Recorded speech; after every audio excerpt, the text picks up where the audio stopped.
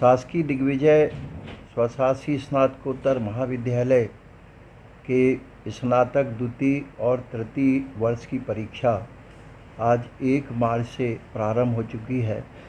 यह परीक्षा art, science and commerce तीनों विषयों के लिए 3 पाली में आयोजित हो रही है। प्रथम पाली 7 से 10, द्वितीय पाली 11 से 2 और तृतीय पाली 3 से 6 बजे तक संपन्न होगी। इस परीक्षा में द्वितीय वर्ष के ही और तृतीय वर्ष यहाँ नियमित विद्यार्थी ही सम्मिलित होंगे, क्योंकि प्रथम वर्ष इस वर्ष प्रथम वर्ष की परीक्षा सेमेस्टर के अनुसार होनी है, तो सेमेस्टर परीक्षा मई जून में होगी।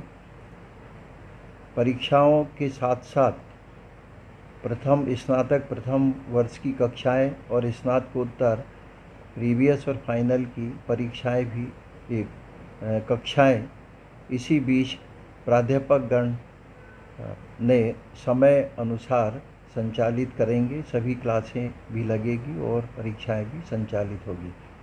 प्रत्येक पाली में 600 और 700 से अधिक विद्यार्थी सम्मिलित हो रहे हैं।